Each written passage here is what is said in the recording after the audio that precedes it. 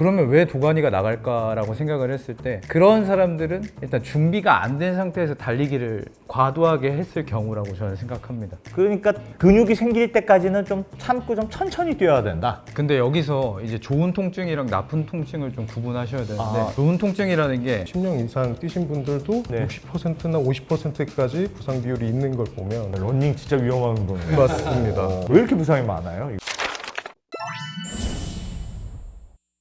안녕하세요. 안승찬의 지식만찬. 저는 주인장 안승찬입니다. 오늘은 정말 기대되는 시간이 될 겁니다. 오늘의 주제는 다름 아닌 달리기. 짜잔! 네, 달리기. 오늘 요즘 달리기 정말 좋아하시는 분들은 많은데 달리기는 과학이다. 이런 책이 나와서 여기 저자분들을 저희가 직접 모셨습니다. 제가 이걸 읽어봤는데 이렇게까지 디테일하다고 싶을 정도로 자세하게 전문적으로 쓴 책이니까 저자분들을 직접 모시고 망건당TV 구독자 여러분들께 아주 낱낱이 책에 대해서 배워볼까 합니다. 자, 문예현 대표님, 전도영 물리치료사님 두 분 모셨습니다. 어서 오세요. 안녕하세요. 안녕하십니까. 네, 안녕하세요. 문예현 대표님은 네. 보디빌딩 하시는 분이고 그냥 운동 좋아하는 사람입니다. 운동 좋아하는 사람. 네. 그리고 우리 전도연 치료사님은 물리치료사. 예, 맞습니다. 두 분은 뭐 친구분이십니까? 나이가 비슷하긴 한데 어떻게 보면 제가 제자로 들어가서 이 양반이 그래도 좀 잘 가르치는 것 같다. 그래서 밑에서 좀 많이 배우다가 저희 책 한번 같이 써보자. 제가 꼬드긴 그런 케이스라고 봐주시면 되겠습니다. 채찍단이라는 채널을 유튜브 채널을 지금 운영하고 계신 거잖아요. 네, 맞습니다. 와, 이름이 진짜 어마어마합니다. 채찍단이라니. 채찍질을 가한다. 네, 맞습니다. 어쩌다 보니까 이름이 그렇게 강력해졌는데 사실 그 채찍단은 제가 옛날에 사업하던 게 채식단이라는 샐러드 정기 배송 서비스가 있었습니다. 거기에서 저희가 그냥 샐러드 파는 게 다가 아니고 거기 구독자님들한테 저희 정기 배송으로 팔았으니까 그 구독자님들한테 저희가 뒤에서 암암리로 뭐 드셨냐, 운동하셨냐, 뭐 이거 해라, 뭐 이런 식으로 막 관리를 좀 잔소리를 맞습니다. 하는. 채찍을 좀 들었습니다. 그때 채찍 들고 식단 관리 이렇게 하다가 채식단은 망하고 채찍 들고만 남았습니다. 그래서 채찍단이 그래서 그 안에서 이제 달리기 여러분들이 같이 만든다고 들었어요. 보디빌딩 하시는 대표님도 계시고 물리치료사님도 계시고 또 뭐 약사분도 계시고 여러분들이 같이 책도 같이 쓰신 거네요. 맞습니다. 아무래도 제가 그렇게 막 전문가는 아니다 보니까 이제 다른 곳에서들 이제 정보를 많이 찾게 되는데 약사님 옆에다 두고 이거 맞냐 이러면서 컨텐츠 이제 뽑아내는 그런 팀원으로서 활동을 하고 있었습니다. 그러니까 달리기는 다 좋아하는데 그러니까 맞습니다. 나는 보디빌딩 쪽은 근육은 내가 좀 알아. 근데 네가 물리치료에 대해서 뭘 아니? 맞습니다. 네가 약에 대해서 뭘 아니? 맞습니다. 그래서 서로 모여서 조금씩 정보를 공유해서 한번 제대로 된 걸 써보자. 맞습니다. 사실은 뭐 요즘 워낙 달리기 러닝 뛰시는 분들 많으니까 저도 제 주변에서 많이 듣는 얘기가 야, 너 그거 아무리 살 빠진다고 하더라도 너 그 도가니 다 나간다. 너 그 함부로 뛰는 거 아니다. 특히 나이가 있는 분들 함부로 뛰면 안 된다. 그런 얘기가 진짜 많은데 그건 어떻게 생각하면 돼요? 사실은 달리기 자체가 과학적으로 봤을 때는 오히려 무릎을 더 건강하게 만들어 주거든요. 건강하게 만들어주는 건 맞아요?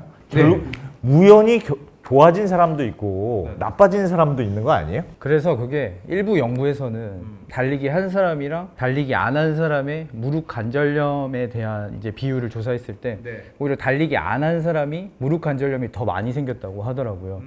그래서 이걸 보고 제가 생각을 해봤는데 아 그러면 왜 도가니가 나갈까라고 생각을 했을 때 그런 사람들은 일단 준비가 안 된 상태에서 달리기를 과도하게 했을 경우라고 저는 생각합니다. 그 과도한 경우 중에 하나가 뭐 예를 들어 근력이 부족할 때 아니면 뭐 무릎 병변이 있을 때 아니면 처음 달렸을 때 너무 과도하게 달렸을 때 그럴 때 이제 당연히 달리기라는 운동이 체중을 중력에 노출시켜서 계속해서 충격을 흡수하는 운동이기 때문에 통증이 생기는 게 좀 당연하다고 저는 생각하고 있습니다. 무릎이 아프고 막 이런 게 몸의 하중이나 쓰는 근력에 비해서 그게 약해져서 혹은 너무 많이 써서 염증이 생기는 거잖아요. 네네 맞습니다. 그러면 근육이 좀 있어서 달리기를 쭉 하다 보면 주변에 근육도 좀 생기고 보강도 되고 하니까 안 아파지는 거지. 맞습니다. 원래는 많이 쓰면 아파지는 게 정상이잖아요. 그렇죠. 당연합니다. 그러니까 근육이 생길 때까지는 좀 참고 좀 천천히 뛰어야 된다. 네네. 근데 여기서 이제 좋은 통증이랑 나쁜 통증을 좀 구분하셔야 되는데 예. 좋은 통증이라는 게 우리가 당연히 헬스를 하고 하면 근육 같은 데 부하가 가서 근육이 자라는 과정에서 통증이 당연히 생기잖아요. 근데 그런 통증은 거의 5일 안에 없어진다고 보시면 되는데 네. 그거는 이제 점진적 가부화의 원칙에 의해서 견뎌내고 또 달려야지 이제 통증을 감소시킬 수 있어요, 추후에. 근데 이게 나쁜 통증이라고 하는 거는 관절 부위에 생기는 통증을 얘기합니다. 뭔가 시큰시큰거리거나 그리고 시간이 지나도 계속 지속적으로 통증이 감소하지 않고 증가하거나 유지되는 경우, 그런 경우에 이제 우리는 나쁜 통증이라고 분류를 하고 달리시면 안 돼요. 그럴 때는 이제 병원을 가셔서 정확한 진단을 좀 받을 필요성이 있다고 그러니까 봅니다. 조금 아프고 며칠 아프고 많은 건 네. 그냥 그렇게 점점 좋아지는 거니까 네, 그런 아픈 건 그냥 참아. 그럼 되는 거고 한 일주일 이상 계속 아픈 건 내 강도가 내 몸에 비해서 지금 너무 세구나. 네네 맞습니다. 그렇게 생각하면 되겠네요. 쉽게 생각하면 그 말씀 맞는 것 같습니다. 그러면 오히려 강도를 좀 줄여서 운동을 하고. 네네 강도를 줄이거나 과도한 사용만의 문제가 아니라 뭔가 자세나 내가 가지고 있는 체형의 문제도 연결이 되기 때문에 좀 복합적으로 좀 접근할 필요성이 있다고 봐요. 그러면 이 책에도 그런 얘기가 있던데 초보 런너가 중급 런너, 그러니까 중급 러너라는 건 내가 좀 잘 달리는 사람이잖아요. 네네. 그러니까 달리기도 실제로 많이 하잖아요. 연습도 많이 하고 대회도 많이 나가고. 많이 달리는 사람이 오히려 부상이 적고 초보 얼마 안 달리는데 나는 근데 부상이 많고 그게 통계적으로 그렇더라. 그런 내용도 있던데 그거는 왜 그렇습니까? 비율을 보게 되면 이 초급자 분들도 한 70% 정도의 비율로 부상을 당한다라고. 70%? 예, 그 러닝 부상이 꽤 많습니다. 10명 중에 7명이 부상을 당한다? 와. 그리고 고급자분들 10년 이상 뛰신 분들도 네. 60%나 50%까지 부상 비율이 있는 걸 보면 야, 러닝 진짜 위험한 운동이네. 맞습니다. 어. 맞습니다. 왜 이렇게 부상이 많아요? 이거? 러닝을 정말 매일같이 러닝을 뛰시는 분들을 보면 미친 사람도 있어요. 네, 미친 사람. 분들이 많습니다. 미친 사람도 예, 있어요. 사실 저는 그렇게까지는 운동하지 못하지만 네. 실제로 러닝 마일리지라고 하는 월에 뛰는 그런 그 킬로미터 수를 뭐 300, 500, 뭐 많으면 1000km까지 한 달에 뛰시는 분들이 계십니다. 근데 그런 분들 같은 경우에는 물론 안 다치고 잘 뛰시는 분들도 많지만 그렇게까지 러닝을 좋아하시고 많이 뛰시게 되면 일단 기본적으로 부하가 많이 걸리고 하루에 5시간, 4시간씩을 러닝을 하시는데 안 다칠 수가 없다는 생각이 듭니다. 그리고 그런 분들 같은 경우에는 실제로 소염제 같은 것들을 드시면서 먹으면서. 네, 그러면서 뛰시는 분들이 꽤 계셔가지고 러닝을 사랑하게 되고 뭐 그렇게 되면 좀 과해지고 그럴 수밖에 없는 것 같습니다. 내가 견딜 수 있을 만큼 이렇게 하는 게 중요하겠네요. 근데 하다 보면 그거 관련해서 예를 들면 달리다 보면 조금 더 빨리 뛰고 싶고 이렇게 기록을 갱신하고 싶고 하는 욕심이 들잖아요. 그래서 내가 평소에는 뭐 이 정도 천천히 뛰었어. 그런데 대회를 앞두고 조금 빨리 해볼까? 하면 조금만 빨리 뛰어도 하고 조금만 거리를 늘려도 힘들잖아요. 근데 그렇게 해야 늘지 않습니까? 맞습니다. 그럼 어떻게 해야 돼요? 그러니까 맨날 똑같이만 뛰면 실력이 안 늘고 조금 빨리 뛰면 내 몸에 무리가 가고 그 스윗 스팟을 찾아야 되는데 그걸 어떻게 찾아요? 정확하십니다. 사실 그 스윕 스팟 찾기가 엄청 어려워서 보통 이제 초보자분들한테 추천드릴 때는 존투 러닝으로 일단 뛰면서 강도를 존투 러닝이 뭡니까? 존투 러닝이라고 하면 보통 일반적으로는 심박수의 60에서 70% 사이에서 러닝을 하는 그런 것들을 말합니다. 그러니까 이걸 최대 심박수라고 하는 게 있는데요. 최대 심박수는 이제 보통 심박수를 추정할 때 220에서 나이를 빼가지고 본인의 최대 심박수를 구하고 예. 그리고 그 구한 최대 심박수에서 60에서 70% 정도를 구하면 이제 어떠한 이제 심박수 범위가 나오는데 220에서 일단 나이를 한번 빼고 맞습니다. 그 다음에 거기서 70% 정도? 네, 맞습니다. 아, 그 정도 구간에서 이제 뛰게 되면 이제 저강도 구간, 이 젖산 역치라는 게 있습니다. 이게 뭐냐면 신체에는 탄수화물을 쓰면서 에너지를 내게 되면 웨이트를 하게 되면 다음날 알배기는 것처럼 러닝도 하고 나면은 알배기지 않습니까? 근데 이 알배기기 딱 그 직전의 농도가 이제 젖산이 평범하게 이제 생성되고 제거되는 걸 유지를 하다가 이제 어느 순간 되면 너무 많이 달렸어. 자중해. 라는 느낌으로 이제 젖산이 조금씩 올라가게 되는 그런 구간이 있어요? 네, 그 구간이 있습니다.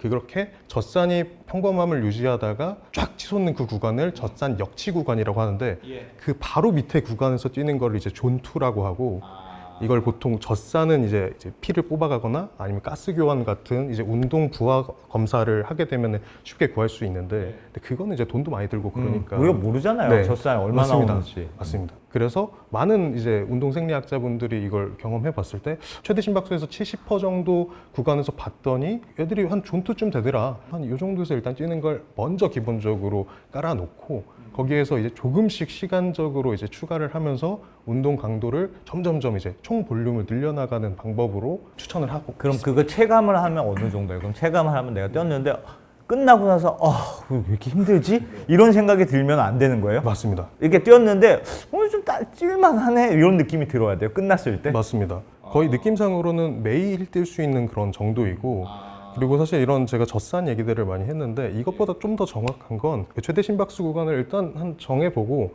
뭐 시기가 있으시면은 이 심박수 범위를 통해서 존투쯤 되는구나 하면서 뛰어보되 가장 정확한 건 토크 테스트라고 해가지고 말할 수 있는 네 게? 맞습니다. 옆 사람과 대화를 해보거나 아니면 그게 어렵다면 혼자 뛴다면 뭐 전화를 하면서 뛸 때 혼잣말 해보고 맞습니다. 혼잣말도 해보고 어. 그러면서 이 혼잣말이 쉽게 나온다라고 하면 이거 좀 강도가 너무 낮은 거 아닌가 하면 조금 올려보고 그런데 좀 헥헥거리면서 문장 구조가 제대로 완성이 되지 않는다라고 하면 이게 존2가 아니고 존3 영역으로 넘어가실 수 있으니까 조금 더 늦추고 하는 방식으로 해서 본인만의 달리기 속도를 찾은 다음에 거기에서 이제 시간을 이제 40분 정도를 하는 걸 존2의 이제 한 바퀴라고 생각. 그래요? 그러면 예를 들면 퐁당퐁당 달려야 된다고 얘기하는 분들도 있는데 끝나고 나서 진짜 오늘도 힘들었다. 그거를 퐁당퐁당 하는 게 나아요? 아니면 왜 이렇게 안 힘들지? 하는 걸 매일 하는 게 나아요? 왜 이렇게 안 힘들지라는 그런 강도로 매일 해주시는 거를 목표로 하라고 하는 게 이게 그게 훨씬 낫습니까? 예. 안 힘들어도? 네. 애초에 존2 같은 경우에는 거의 매일 뛸 수 있는 정도의 강도라고 얘기를 합니다. 그런데 이게 조금 배가 있는 게 이 존2라는 개념이 나오게 된 게 이 외국의 그 유명한 운동생리학자 분들이 계세요. 피터 아티아랑 산 밀란이라는 분이 계시는데 그중에서 산 밀란이라는 분이 그 왜 뚜르드 프랑스에서 우승한 포아차라는 선수의 전담 코칭이었습니다. 그때 나는 이 선수를 가르칠 때 내가 존2로 80%를 하고 그리고 나머지 고강도로 20%를 꾸렸다. 그걸 팟캐스트에 나와가지고 야 너네도 이걸 해봐. 이렇게 하면 너무 좋다. 일반인들한테도 이건 괜찮은 운동 방법이다 라고 얘기를 해가지고 이게 존2가 전 세계적으로 유명을 해진 거거든요. 그런데 그분들이 말하는 존2의 주당 운동 시간 같은 경우에 보면은 3시간, 4시간입니다. 아이고야. 네, 그러니까 거의 일주일에 1시간씩 뛴다고 해도 4번을 뛰어야 되고요.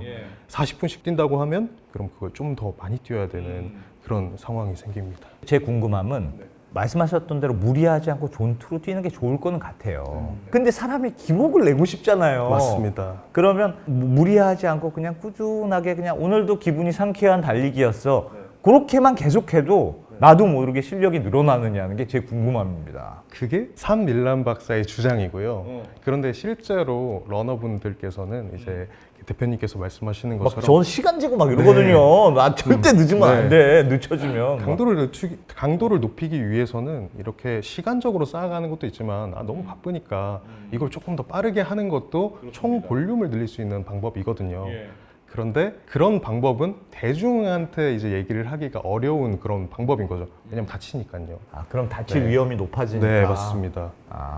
그런데 어떻게 뛰든 본인의 성취감이 가장 중요한 운동이기 때문에 오늘 뛰고 나서 내일 또 뛰고 싶은 마음이 드는 게 존투가 아니고 조금 고강도의 운동이다 라고 하실 정도의 운동 실력과 능력을 갖고 계신 분들이라면 그럼 그런 건 전혀 문제되지 않습니다.